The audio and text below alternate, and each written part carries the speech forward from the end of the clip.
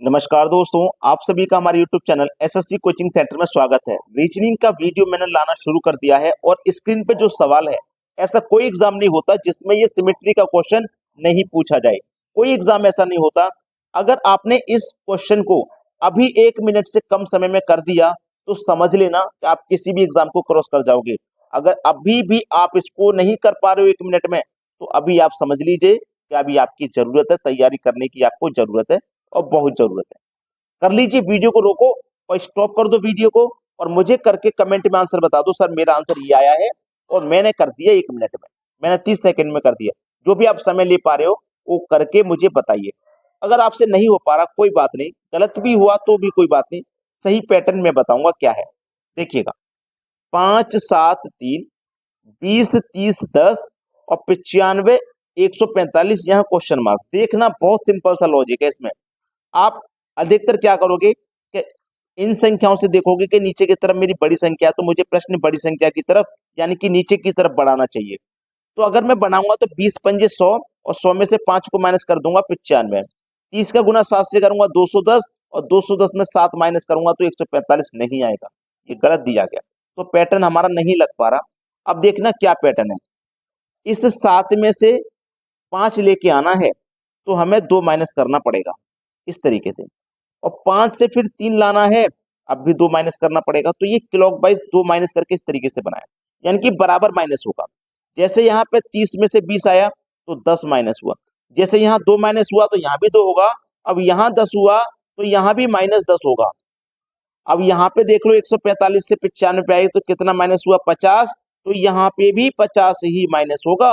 95 से 50 माइनस कर दो, 45 आ जाएगा भैया आपका आंसर। 45 दिया गया सी ऑप्शन में, बिल्कुल सही जवाब। अब देखते हैं अगला प्रश्न। अगला सवाल है, इस सवाल में यह बीच में कौन सी संख्या आएगी ये आपको बताना है। और ये बहुत अच्छा सवाल है और सबसे सरल है। सिमेट्री का, रीजनिंग का सबसे सरल सवाल है ये, बिल्कुल आसान। लेकिन फिर भी नहीं बना पाएंगे कुछ बच्चे, तो ऐसे फिर भी नहीं बना पाएंगे, नहीं बना पाएंगे मैं कह रहा हूं।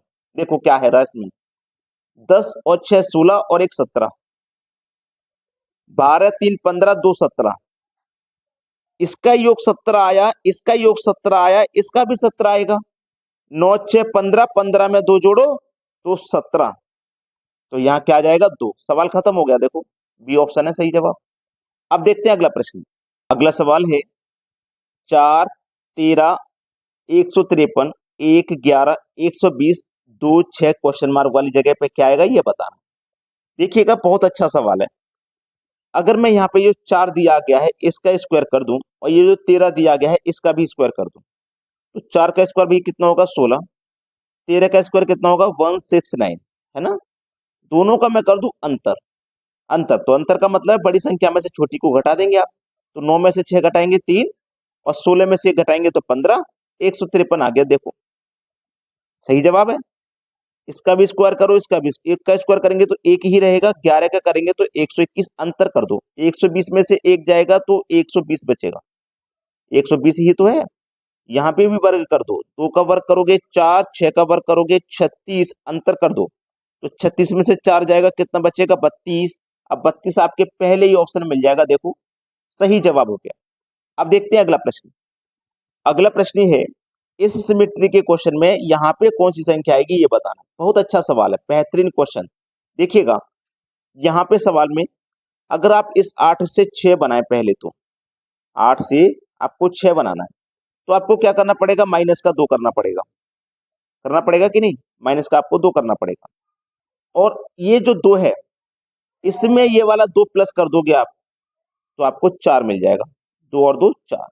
बहुत कठिन सवाल है, मैं आपको बड़ा ही आसानी से बता रहा हूं। इस देखो 12 में से 5 को माइनस करोगे, ठीक है, 12 में से 5 को माइनस करोगे, या फिर ये कह लो कि आपने 12 में से कितना माइनस किया, 5 आ गया। जैसे आपने 8 में से 2 माइनस किया, 6 आ गया। 8 में से आप कितना माइनस करोगे भैया, 7, तभी तो 5 आएगा। तो मैंने इस माइनस की हुई संख्या को जोड़ा था, इसको जोड़ा था नीचे वाली को, तो इस माइनस की हुई कितनी है, 7, और 7 और 8 15। देखो 15 मिल गया। ऐसे ही 13 में से आप कितना माइनस करोगे, 3, 10 मिलेगा। अब इस तीनों में क्या जोड़ू कि मुझे 18 मिल जाए, तो आप आसानी से कहोगे सर 3 में 15 जोड़ दो, 18 मिल जाएगा। तो आपका आंसर क्या हुआ, 15। अब देखते हैं अगला सवाल।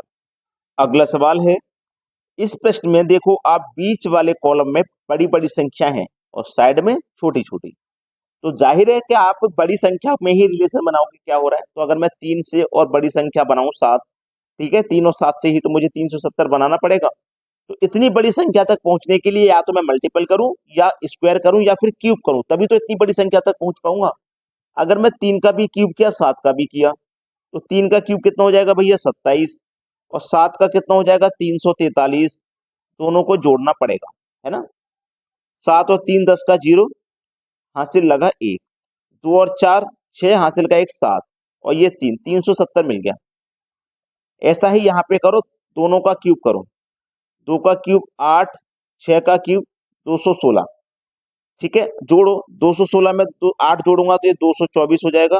देखो 224 ही तो दिया गया है। 1 का क्यूब करो 1 प्लस, अब यहाँ पे देखो 1 का क्यूब कर दिया, यहाँ किस संख्या का क्यूब करें कि हमें 730 मिल जाए, ठीक है। तो आप देखते हैं 730 के पास में किस संख्या का क्यूब होता है, आप जानते हैं सर 9 का क्यूब होता है। 9 का क्यूब होता है 729, ठीक है। और 729 में 1 जोड़ दो तो ये 730 हो जाएगा, 730 मिल गया। तो 9 का क्यूब आएगा, यहाँ पे 9 दिया गया सी ऑप्शन में। आपको ये चीजें पता होनी चाहिए, स्क्वायर और क्यूब आपको पता होने चाहिए। अब देखते हैं अगला सवाल। अगला सवाल है, ठीक है, ये जो सवाल है ना, इसमें मिसिंग नंबर ये रहा।